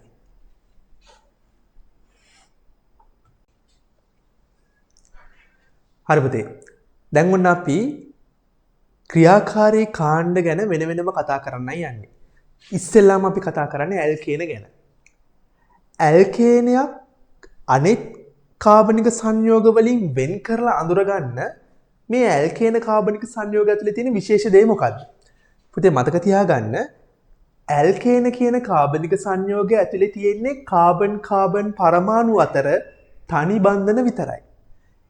ඊට අමතරව දැන් අපි දන්නවා ඇල්කේන කියන්නේ හයිඩ්‍රෝකාබනයක්නේ. ඇලිෆැටික් හයිඩ්‍රෝකාබනයක්. අපි දැන් ටිකකට කලින් කතා කරා.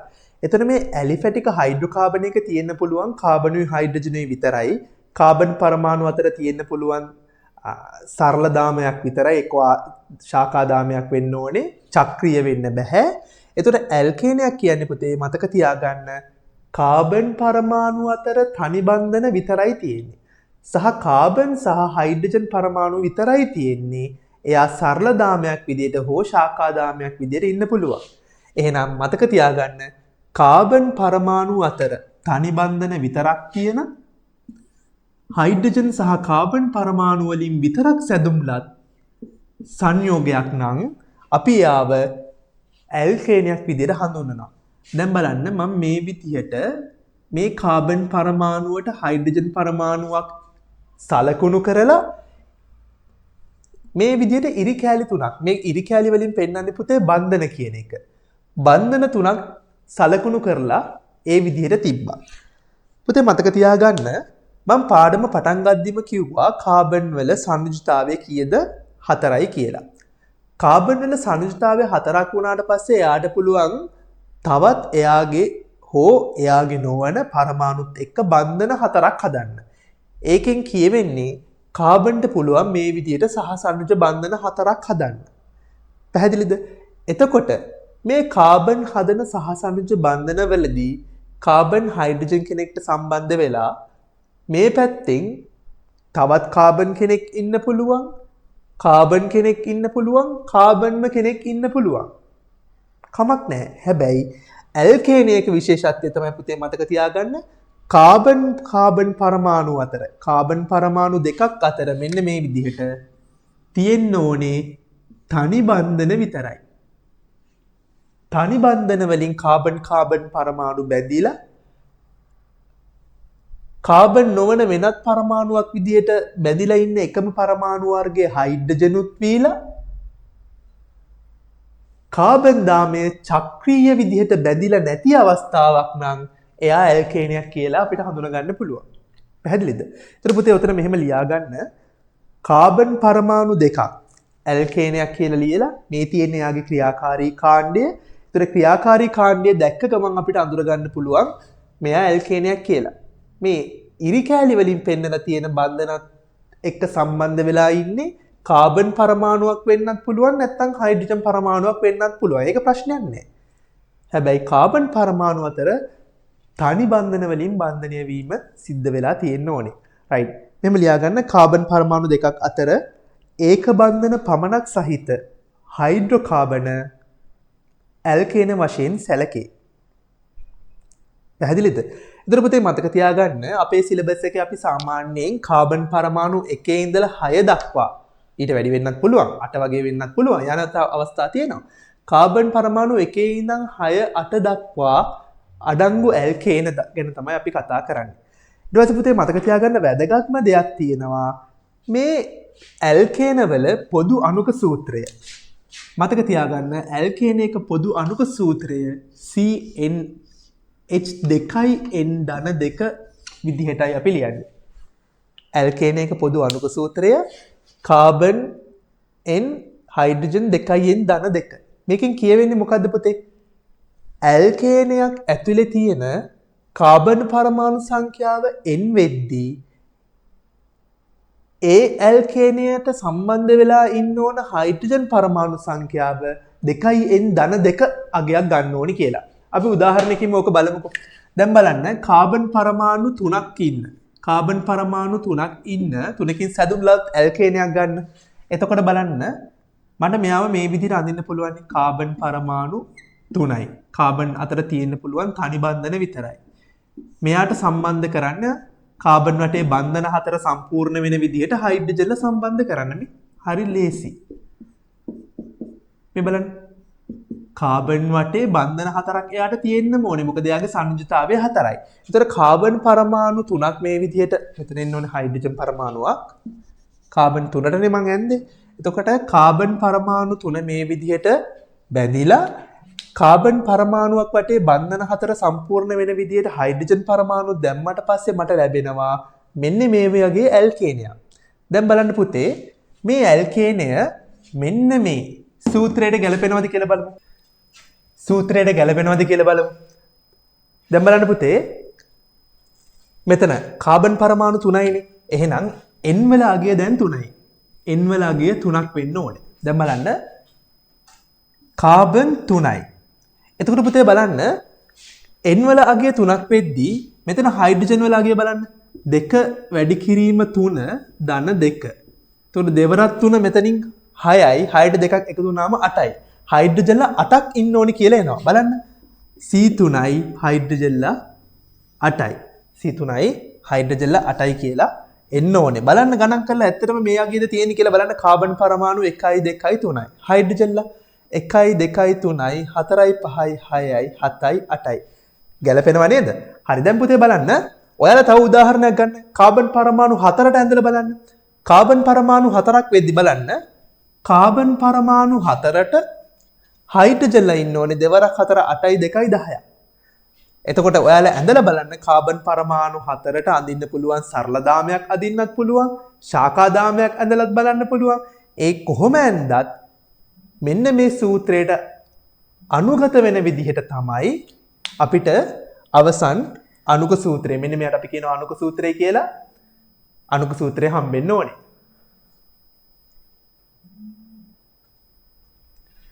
හරි. දැන් ඊළඟට බලමු පුතේ අපි අපේ දෙවන ක්‍රියාකාරී කාණ්ඩ වර්ගය ගැන. ලියාගන්න ඇල්කීන කියලා. ඇල්කීන. හරි. කලින් කතා කරේ ඇල්කේන දැන් ඇල්කීන. හරි. ඇල්කීනයක් දැක්ක ගමන් අඳුරගන්නේ කොහොමද? ඇල්කීනයක් අපි අඳුරගන්නේ මෙන්න මේ වගේ අවස්ථාවක් තිබ්බොත්. මුලින්ම තියෙන්න ඕනේ කාබනික සංයෝගය ඇතුලේ කාබන්ලයි හයිඩ්‍රජන්ලයි විතරයි. මොකද ඇල්කීන කියන්නේ ඇලිෆැටික් හයිඩ්‍රෝකාබනයක්නේ. එතකොට කාබන්ලයි හයිඩ්‍රජන්ලයි විතරයි ඉන්න පුළුවන්. හැබැයි වෙනසකට තියෙන්නේ කාබන් පරමාණු දෙකක් අතර මෙන්න මේ වගේ දිත්ත බන්ධනයක් තියෙන්න ඕන. කාබන් පරමාණු දෙකක් අතර මේ වගේ ද්විත්ව බන්ධනයක් සහිත සංයෝග අපි ඇල්කීන කියලා හඳුන්වනවා. උදාහරණ විදියට ගත්තොත් මෙන්න මේ වගේ අපිට ඇල්කීන හම්බ වෙනවා. මෙයාට අපි කියනවා එතීන් අණුවක් කියලා. මේ ඉන්නේ ඇල්කීනයක්. අපිට තව ඇල්කීන අඳින්න පුළුවන්. මේ යාට අපි කියනවා ප්‍රොපීන් අණුවක්. මෙන්න මේ විදිහට කාබන් පරමාණු දෙකක් අතර ද්විත්ව බන්ධනයක් තියෙනවා දැක්කොත් කාබන් හයිඩ්‍රජන්ල විතරයි ඉන්නේ කියලා තහවුරු වුණොත් මේ වගේ සංයෝග වලට අපි කියනවා ඇල්කීන කියලා. හරි පුතේ. මතක තියාගන්න ඇල්කීන වලටත් පොදු අණුක සූත්‍රයක් තියෙනවා. මොකක්ද මේ පොදු අණුක සූත්‍රය? CnH2n. කාබන් පරමාණු සංඛ්‍යාව n සංඛ්‍යාවක් වෙද්දී හයිඩ්‍රජන් පරමාණු ගණන ඒ වගේ දෙගුණයක් වෙනවා. 2n සංඛ්‍යාවක් වෙනවා. බලන්න මේ උදාහරණ දෙකකින්ම ඔබ තේරුම් ගන්න පුළුවන්. මෙතන කාබන් පරමාණු සංඛ්‍යාව කීයද? 2යි. හයිඩ්‍රජන් පරමාණු 1 2 3 4යි. ගැලපෙනව නේද අර සූත්‍රයට? පොදු අණුක සූත්‍රයට. කාබන් දෙකක් වෙද්දී හයිඩ්‍රජන්ලා දෙවරක් දෙක හතරක් වෙලා. මෙයාව බලන්න. මෙතන කාබන්ලා 1 2 3යි. දැන් පුතේ තේරුම් ගන්න මම මේ හයිඩ්‍රජන්ලා දැම්මේ කොහොමද? කාබන් පරමාණු වටේ බන්ධන හතර සම්පූර්ණ වෙන විදිහට. බලන්නකෝ මම මෙයාව විහිදුවලා ලියලා පෙන්නන්නම්කෝ. මම මෙයාවමයි මේ ලියන්නේ ප්‍රොපීන් අණුවමයි බලන්න. කාබන් පරමාණු මේ විදිහට සම්බන්ධ වෙලා ඉන්නවා. මේ කාබන් පරමාණු දෙක අතර තියෙන තනි බන්ධනයක්. මේ දෙන්න අතර ද්විත්ව බන්ධනයක්. දැන් ඊළඟට මොකද කරන්නේ? ඊළඟට මම හයිඩ්‍රජන් පරමාණු දානවා කොහොමද? හැම කාබන් පරමාණුවක් වටේම බන්ධන හතරක් තියෙන විදිහට. මෙයාට තව කීයක් හයිඩ්‍රජන්ල දාන්න ඕනේද? දැනටමත් එක බන්ධනයක් එයා හදලා එහෙනම් තව හයිඩ්‍රජන්ලත් එක්ක තනි බන්ධන තුනක් එයා හදා ගන්න ඕනේ. හරිද? ඒ විදිහට තමයි මෙයා CH3 උනේ. මෙතන මෙයාට දැනටමත් බන්ධන මේ කාබන් වටේ තුනක් තියෙනවා. මෙතන 2යි මෙතන 1යි 3යි. එහෙනම් එයාට තව එක හයිඩ්‍රජන් පරමාණුවයි දාන්න පුළුවන්. ඒකයි මෙයා CH උනේ. මෙතන CH3 නෙවෙයි පුතේ. මෙතන CH2 බලන්න. ද්විත්ව බන්ධනයක් ඇවිල්ලානේ දැනටමත්. එතකොට මේ කාබන් පරමාණුවට තවත් හයිඩ්‍රජන් පරමාණු 2යි දාගන්න පුළුවන්. මෙයා වටේ බන්ධන 4 සම්පූර්ණ වෙනවා. පැහැදිලිද? අන්න ඒ විදිහට තමයි මෙයාලගේ මේ හයිඩ්‍රජන් පරමාණු සංඛ්‍යාව තීරණය කරන්නේ. හරි දැන් බලන්නකෝ. මේ කතා කරපු අවසන් උදාහරණේ කාබන් පරමාණු 3ක් තියෙනවා. කාබන් පරමාණු 3යි. ගණන් කරමු හයිඩ්‍රජන්ලා ටික. 1 2 3 4 5 6යි. අන්න කාබන් 3යි හයිඩ්‍රජන්ලා 6යි. බලන්න ගැලපෙනවද කියලා අපේ පොදු අණුක සූත්‍රයට? ගැලපෙනව නේද මේ? CnH2n කාබන්ලා 3ක් වෙද්දී දෙවරක් 3 හයිඩ්‍රජන්ලා 6ක් ඇවිල්ලා. පැහැදිලිද? හරි. පොඩි නෝට් එකක් එතනින් අපි දාගමු. කාබන් පරමාණු දෙකක් අතර ද්විත්ව බන්ධනයක් සහිත හයිඩ්‍රෝකාබන ඇල්කීන ලෙස හැඳින්වේ. පුතේ මතක තියාගන්න කාබනික සංයෝගයක් ඇතුලේ ද්විත්ව බන්ධන එකක්ම නෙවෙයි කීපයක් තියෙන්නත් පුළුවන්. ද්විත්ව බන්ධන එකක් තිබ්බත් අපි යාට කියන්නේ ඇල්කීනයක්. ද්විත්ව බන්ධන කීපයක් මේක ඇතුලේ තිබ්බත් කාබන් පරමාණු අතර ද්විත්ව බන්ධන කීපයක් තිබ්බත් අපි යාට කියන්නේ ඇල්කීනයක් කියලාම තමයි. පැහැදිලිද? හරි. නෝට් එකෙම දාගන්න මෙයාගේ පොදු අණුක සූත්‍රය CnH2n ආකාර වේ. පොදු අණුක සූත්‍රයේ ඇල්කීන එක CnH2n ආකාර වේ කියලා මෙන්න මේ උදාහරණ ටිකත් ඔතනට ලියලා තියාගන්න. හරි. අපි ඊළඟට කතා කරනවා ඇල්කයින ගැන. අපේ ඊළඟ ක්‍රියාකාරී කාණ්ඩය. ඇලිෆැටික හයිඩ්‍රෝකාබනයක් ඇල්කයින. තුන්වෙනි ක්‍රියාකාරී කාණ්ඩය ඇල්කයින. හරි. දැන් අපිට පොඩ්ඩක් වේගෙන් යන්න පුළුවන්. මොකද ඇල්කේන ගැන කතා කරලා ඉවරයි. ඇල්කයින කියන්නේ හරිම ලේසියි. කොහොමද? කාබන් පරමාණු දෙකක් අතර ත්‍රිත්ව බන්ධන තියෙනවා නම් කාබන් පරමාණු දෙකක් අතර ත්‍රිත්ව බන්ධන පවතිනවා නම් අන්න ඒ වගේ හයිඩ්‍රෝකාබන වලට අපි කියනවා ඇල්කයින කියලා. ඇල්කයිනයක් වෙන්න මොනවද තියෙන්න ඕන අවශ්‍යතාවය මතක් කරමු. කාබන්ලයි හයිඩ්‍රජන්ලයි විතරයි ඉන්න ඕනේ. මොකද එයා හයිඩ්‍රෝකාබනයක්නේ. මතක ඇති. එතකොට ඒ හයිඩ්‍රෝකාබනේ කාබන් පරමාණු දෙකක් අතර ත්‍රිත්ව බන්ධනයක් තියෙනවා නම් ඒ වගේ කට්ටියට අපි කියනවා ඇල්කයින කියලා. පැහැදිලිද? මෙයාගේ පොදු අණුක සූත්‍රයක් තියෙනවා අපිට ඒකත් මම ලියලම ඉන්නම්. මෙයාගේ පොදු අණුක සූත්‍රය තමයි CnH2n ඍණ 2. ඔන්න ඕක තමයි පොදු අණුක සූත්‍රය. හරිද? අපි උදාහරණයක් ගමු. කාබන් පරමාණු දෙකක් වෙච්ච අවස්ථාව ගන්නකො. කාබන් පරමාණු දෙකක් හිටියොත් ත්‍රිත්ව බන්ධනය කාබන් පරමාණු දෙකට ගියා. මේ බලන්න මේ කාබන් පරමාණුවට බන්ධන තුනක් දැනටමත් ඉන්නවා. එහෙනම් එක හයිඩ්‍රජන් කෙනයි යාට බන්ධව ගන්න පුළුවන්. මේ පැත්තෙන් එයාව ලියමු. මෙයාටත් එක හයිඩ්‍රජන් කෙනයි. මේ බලන්න. කාබන් පරමාණු දෙකයි හයිඩ්‍රජන් පරමාණු දෙකයි. බලන්න පොදු අණුක සූත්‍රයට ගැලපෙනවද කියලා. කාබන්ලා දෙන්නයි හයිඩ්‍රජන්ලා දෙවරක් දෙක 4 ඍණ 2. ඒ කියන්නේ දෙකයි. බලන්න. කාබන් දෙකයි හයිඩ්‍රජන්ලා දෙකයි. බලන්න. කාබන්ලා දෙකයි හයිඩ්‍රජන්ලා දෙකයි. දැක්කද? පොදු අණුක සූත්‍රයට යාවටන් ගැලපුණා. බලන්න ඊළඟට. කාබන් පරමාණු තුනක් වෙච්ච අවස්ථාව ගමු. හරි. මේ බලන්න. කාබන් කෙනෙක් ඉන්නවා, තව කාබන් කෙනෙක් ඉන්නවා. හරි. මෙතන දාමුකෝ ත්‍රිත්ව බන්ධනය. හරිද? දැන් බලන්න. කාබන් පරමාණු වටේ බන්ධන 4 සම්පූර්ණ වෙන විදිහට අපි හයිඩ්‍රජන්ලා දාගෙන යමු. මෙතනට දාන්න පුළුවන් හයිඩ්‍රජන්ලා 3 දෙනෙක්. මෙතනට දාන්න පුළුවන්ද? බලන්න පුතේ. මේ කාබන් පරමාණු වටේ බන්ධන 4ක් දැනටමත් බැඳිලානේ. මෙතනට 3යි මෙතනට 1යි. 4යි. එහෙනම් මෙයාට හයිඩ්‍රජන්ලා තව දාන්න බෑ. මෙතනට මෙයාට නම් තව එකක් දාගන්න පුළුවන්. දැක්කද? ඒතර අපිට මෙයාව මම මේ විහිදුවලනේ ලිව්වේ. මෙහෙම ලියන්නත් පුළුවන්. ඔන්න බලන්න. මේ CH3 ටික ලං කරලා ලිව්වා. දැක්කද? පැහැදිලිද? හරි. දැන් බලන්න පොදු අණුක සූත්‍රයට ගැලපෙනවද කියලා. කාබන්ලා 1යි 2යි 3යි. බලමු.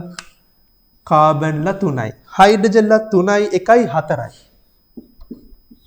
බලන්න ගැලපෙනවද කියලා. කාබන්ලා 3යි. n වලාගේ දැන් 3යි. දෙවරක් 3 6 6 ඍණ 2 4යි. ගැලපෙනවනේ. දැන් බලන්න පුතේ. ඇල්කයින් එක පොදු අණුක සූත්‍රය තමයි CnH2n ඍණ 2. එතකොට ඇල්කයින් එක අපි අඳුනගන්නේ කොහොමද දැක්ක ගමන්? කාබනික සංයෝගයේ කාබන් පරමාණු අතර ත්‍රිත්ව බන්ධනයක් තියෙනවා නම් සහ කාබන්ලා සහ හයිඩ්‍රජන්ලා පමණයි නම් ඉන්නේ. ඒ කියන්නේ හයිඩ්‍රෝකාබනයක් නම් එයා ඇල්කයිනයක් කියලා අපිට තහවුරු කරගන්න පුළුවන්. රයිට්. ඊළඟට අපිට හම්බෙන අවසාන හයිඩ්‍රෝකාබනය අපේ සිලබස් එකේ අපි කතා කරන අවසාන හයිඩ්‍රෝකාබනය. හැබැයි මෙයා ඇරෝමැටික් හයිඩ්‍රෝකාබනයක්. මෙයා ඇරෝමැටික් හයිඩ්‍රෝකාබනයක්. මෙයා ඇරෝමැටික් හයිඩ්‍රෝකාබනයක්. කවුද? හරි පුතේ. මම මේකට යන්න කලින් මම ඔයාලට පොඩි දෙයක් මතක් කරගෙන යන්නම්.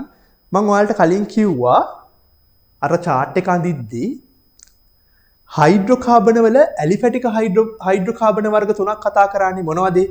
ඇල්කේන, ඇල්කීන සහ ඇල්කයින. ඒකෙන් ඔයාලට මතකද අර අවසාන දෙන්න කවුද? ඇල්කීනයි ඇල්කයිනයි අසන්තෘප්ත හයිඩ්‍රෝකාබන කියලා ලිව්ව මතකද? අසන්තෘප්ත හයිඩ්‍රෝකාබන කියලා. ඇයි ඒ අසන්තෘප්ත හයිඩ්‍රෝකාබන කිව්වේ මං ඒවට? ඔන්න මම දැන් පැහැදිලි කරන්නයි යන්නේ. උදාහරණයක් ගමුකෝ මේ විදියට. ඔන්න මම මේ ලිව්වේ ඇල්කීනයක්.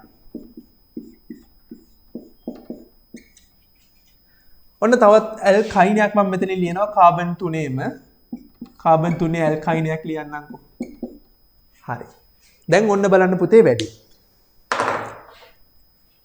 මම කිව්වා ඇල්කීනයි ඇල්කයිනයි කියන්නේ අසන්තෘප්ත හයිඩ්‍රෝකාබන කියලා. බලමු ඇයි එහෙම කිව්වේ කියලා. දැන් පුතේ බලන්න මෙන්න මේ ද්විත්ව බන්ධනයේ දෙපැත්තේ ඉන්න කාබන් පරමාණු දිහා බලන්න. මේ කාබන් පරමාණු දෙකෙන් බලන්න මෙයාව ගමුකෝ ඉස්සෙල්ලම. මේ කාබන් පරමාණුව වටේ බන්ධන කීයක් තියෙනවද? බන්ධන නම් 4ක් තියෙනවනේ. මේ බලන්න මම ඒවා විහිදුවලා ලියන්නම්. එතකොට තවත් වැඩේ තේරෙනවා. මෙතන හයිඩ්‍රජන්ලා 3 දෙනයි. මෙතන හයිඩ්‍රජන්ලා 1 කෙනයි. ඔන්න ද්විත්ව බන්ධනයක් තියෙනවා. මෙතන හයිඩ්‍රජන්ලා දෙන්නයි. රයිට්. මේ බලන්න. හොඳට තේරුම් ගන්න මේක අහගන්න. මේ බලන්න මේ කාබන් 3 දෙනා දිහා අපි වෙන වෙනම බලමු. ඉස්සෙල්ලම බලමු මේ කාබන් දිහා. මේ කාබන් පරමාණුව වටේ බන්ධන කීයක් තියෙනවද? බලන්න පුතේ බන්ධන මම පෙන්눔 කරලා තියෙන මේ ඉරි කෑලි වලින්. මේ ඉරි කෑල්ලක් කියන්නේ එක බන්ධනයක්. මේ කාබන් පරමාණු වටේ බන්ධන තියෙනවා 4ක්. හරි. බන්ධන 4ක් තියෙනවා. දැන් බලන්න එයා වටේ පරමාණු කීයක් ඉන්නවද මේ බන්ධන වලින් බැඳිලා? බලන්න. මෙයාගේ වටේ පරමාණු මේ බන්ධනයේට එකයි, මෙයාට හයිඩ්‍රජන් එක්කෙනයි, මෙයාට හයිඩ්‍රජන් එක්කෙනයි, මෙතන පරමාණු 3ක් ඉන්නවා. මේ පැත්තෙන් කාබන් පරමාණුවක් බැඳිලා ඉන්නවා. මෙයා වටේ බන්ධන 4කුත් තියෙනවා. පරමාණු 4කුත් බැඳිලා ඉන්නවා. එතකොට මේ කාබන් පරමාණු වටේ යාට තියාගන්න පුළුවන් උපරිම බන්ධන සංඛ්‍යාවයි උපරිම පරමාණු සංඛ්‍යාවයි තියාගෙන. ප්‍රශ්නේ තියෙන්නේ එතන නෙවෙයි. මෙන්න මේ තැන් දෙක බලන්න. දැන් බලන්න පුතේ මේ කාබන් පරමාණු දෙකම මේ බලන්න. මේ කාබන් පරමාණු දෙකම බන්ධන 4 නම් හදලා තියෙනවා. මෙයාගේ වටේත් බන්ධන 4ක් තියෙනවා. මෙයාගේ වටේත් බන්ධන 4ක් තියෙනවා. හැබැයි බලන්න පුතේ මේ කාබන් පරමාණු එයාලට තියාගන්න පුළුවන් උපරිම පරමාණු සංඛ්‍යාව වටේට තියාගෙන දින්නේ. මේ බලන්න මේ කාබන් පරමාණු වටේ බන්ධන 4ක් තිබ්බට එයා වටේ බැඳිලා ඉන්න පරමාණු ගණන කීයද මේ? මෙතන 1යි, මෙතන 1යි 2යි, මෙතන 1යි 3යි. පැහැදිලිද? ඒ කියන්නේ පුතේ එයා තාම එයාට බන්ධව ගන්න පුළුවන් උපරිම පරමාණු සංඛ්‍යාව බන්ධවගෙන නැහැ. මොකද කාබන්ට පුළුවන් පරමාණු 4ක් බන්ධව ගන්න වටේට. හැබැයි මෙයා තාම බන්ධවගෙන ඉන්නේ පරමාණු 3යි. ඒ කියන්නේ මෙයා තාම අසන්තෘප්තයි. එයා පරමාණු 4ක්ම බන්ධගත්ත දවසට තමයි එයා සන්තෘප්ත කාබන් පරමාණුවක් බවට පත් වෙන්නේ. පැහැදිලිද? මේ බලන්න. මේ කාබන් දිහා බලන්න. එතනත් ඒ කතාවමයි. බන්ධන 4ක් බැඳලා තිබ්බට බාහිරින් බැඳලා ඉන්න පරමාණු සංඛ්‍යාව මේ හයිඩ්‍රජන්ලා දෙන්නයි, මෙතන කාබන් එක්කෙනයි 3යි. බන්ධන 4ක් තිබ්බට එයා බඳවගෙන ඉන්න පරමාණු ගණන 3යි. ඒ කියන්නේ මෙයත් තාම අසන්තෘප්තයි. කවදා හරි බන්ධන 4ක් පරමාණු 4ක් සමග බන්ධව ගත්ත දවසට තමයි මෙයා සන්තෘප්ත කාබන් කෙනෙක් වෙන්නේ. එහෙනම් පුතේ දැන් පැහැදිලි ඔයාලට මෙයාලට අසන්තෘප්ත හයිඩ්‍රෝකාබන් කියන්නේ ඒකයි. මේ ද්විත්ව බන්ධන එහෙම නැත්නම් මේ ත්‍රිත්ව බන්ධන හදලා තියෙන සංයෝග තමන්ගේ කාබන් පරමාණු වටා තියාගන්න පුළුවන් උපරිම පරමාණු සංඛ්‍යාව. ඒ කියන්නේ 4ක් තියාගෙන නැහැ. ඊට අඩු සංඛ්‍යාවක් තමයි තියෙන්නේ.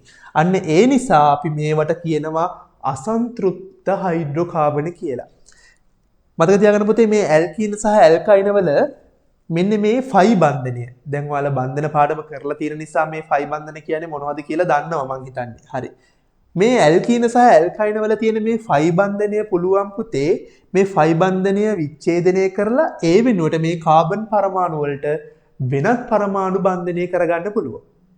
මේ ෆයි බන්ධන කඩලා විච්ඡේදනය කරලා වෙනත් පරමාණු බන්ධවගෙන මෙයාලටත් පුළුවන් සංතෘප්ත තත්ත්වයටපත් වෙන්න. සංතෘප්ත තත්ත්වයටපත් වෙනවා කියන්නේ මොකද්ද පුතේ? මේ හැම කාබන් පරමාණුවක්ම තමන් වටේ පරමාණු 4ක් බන්ධන 4කින් බන්ධවගෙන සංතෘප්ත තත්ත්වයටපත් වෙන්න හැකියාව තියෙනවා.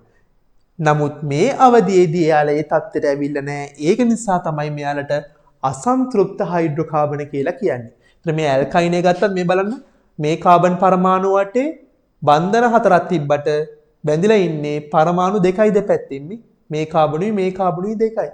මෙයාටත් ඒ වැඩේමයි. බන්ධන 4 කම්ප්ලීට්. හැබැයි දෙපැත්තෙන් පරමාණු 2ක් බැඳිලා විතරයි ඉන්නේ. පරමාණු 4ක් බන්ධව ගන්නගෙන නැහැ. ඒක නිසා ඇල්කයින කියන්නේ පුතේ අසන්තෘප්ත හයිඩ්‍රෝකාබන ගණයටයි වැටෙන්නේ. හරි මම හිතන්නේ දැන් වැඩේ පැහැදිලි. රයිට්. දැන් අපි යමු එහෙනම් අපේ අවසාන හයිඩ්‍රෝකාබන ක්‍රියාකාරී කාණ්ඩය අඳුර ගන්න. කවුද මෙයා? මෙයා තමයි පුතේ අපේ අවසාන එක්කෙනා බෙන්සීන්. අපේ සිලබස් එකේ විදිහට කතා කරන්න ඉන්න ඇරෝමැටික හයිඩ්‍රෝකාබනය බෙන්සීන්. පුතේ මේ බෙන්සීන් වල රසායනය අපි වෙනම රසායනයක් විදිහට ඉස්සරහට කතා කරනවා. මේ බෙන්සීන් ගැන ගොඩක් දේවල් තියෙනවා කතා කරන්න. දැනට අපි කතා කරගෙන යන්නේ ක්‍රියාකාරී කාණ්ඩ හඳුනා ගැනීමනේ. ඒතර ක්‍රියාකාරී කාණ්ඩ හඳුනා ගැනීමේදී අවශ්‍ය වෙන දේවල් ටික විතරයි මම මෙතනදී දෙන්නේ. පුතේ මතක තියාගන්න මේ බෙන්සීන් කියන ක්‍රියාකාරී කාණ්ඩය හැදිලා තියෙන්නේ කාබන් පරමාණු 6කුයි හයිඩ්‍රජන් පරමාණු 6කුයි සම්බන්ධ වෙලා. මේ කාබන් පරමාණු 6යි. මෙන්න මේ විදිහට අපිට ලියන්න පුළුවන්. බෙන්සීන් අණුව හැදිලා තියෙන්නේ කාබන් 6යි හයිඩ්‍රජන් පරමාණු 6කුයි සම්බන්ධ වෙලා.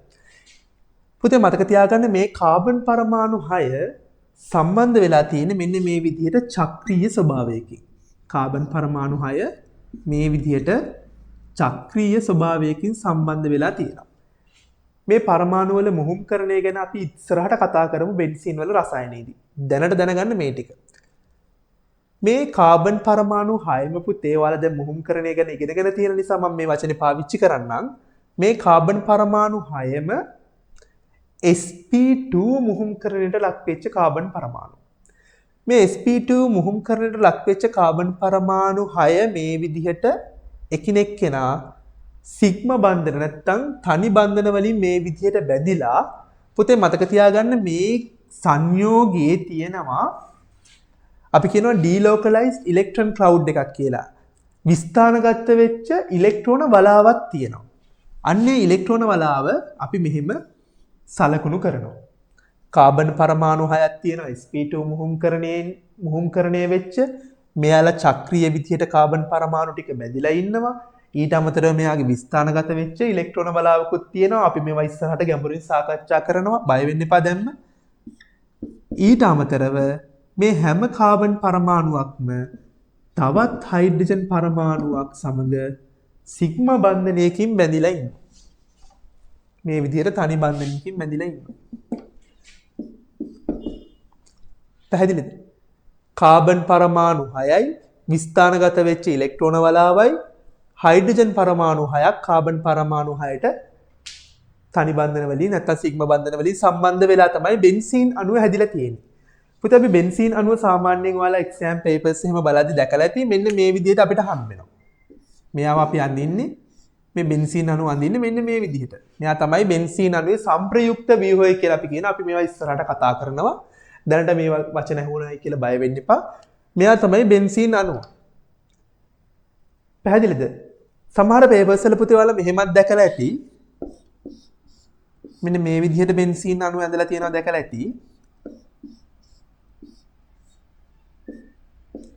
මේවා ගැනත් අපි ඉස්සරහට කතා කරනවා. මේවට අපි කියනවා බෙන්සීන් අණුවේ සංප්‍රයුක්ත ව්‍යුහ කියලා. නැත්නම් කැකුලේ ව්‍යුහ කියලා කියනවා. සමහර විට දැනට අහලත් ඇති.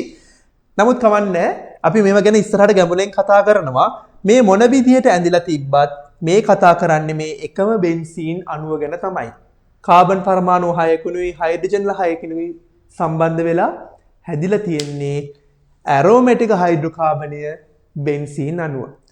හරි පුතේ දැන් අපි ඔය කතා කරලා අවසන් කරේ ක්‍රියාකාරී කාණ්ඩවල එක පැත්තක් මොනවද? හයිඩ්‍රෝකාබන කියන ක්‍රියාකාරී කාණ්ඩ ගණයට වැටෙන ක්‍රියාකාරී කාණ්ඩ වර්ග 4ක්. ඊළඟට අපි කතා කරලා බලමු හයිඩ්‍රෝකාබන නොවන ක්‍රියාකාරී කාණ්ඩ මොනවද අපිට අපේ සිලබස් එකේ හම්බෙන්නේ කියලා.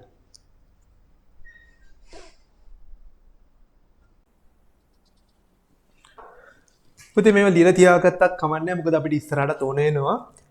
මේ තියෙන බෙන්සීන් වල සංප්‍රයුක්ත මුහුම් ව්‍යුහය. ඒවට කියන අපි සංප්‍රයුක්ත මුහුම කියලා බෙන්සීන් වල. මේ තියෙන්නේ සංප්‍රයුක්ත ව්‍යුහ. මේවා ඉස්සරහට අපි ගැඹුරින් කතා කරනවා. දැනට මේවා ලකුණු කරලා තියාගන්න. මේක තමයි බෙන්සීන් වල සැබෑ ව්‍යුහය මේ තියෙන්නේ. මේ තියෙන්නේ අපි කැකුලේ ව්‍යුහය කියන සංප්‍රයුක්ත ව්‍යුහ ටික බෙන්සීන් වල. මේ තියෙන සංප්‍රයුක්ත මුහුම බෙන්සීන්හි. පැහැදිලිද? අපි මේවා ඉස්සරහට වෙනම ගැඹුරින් කතා කරමු.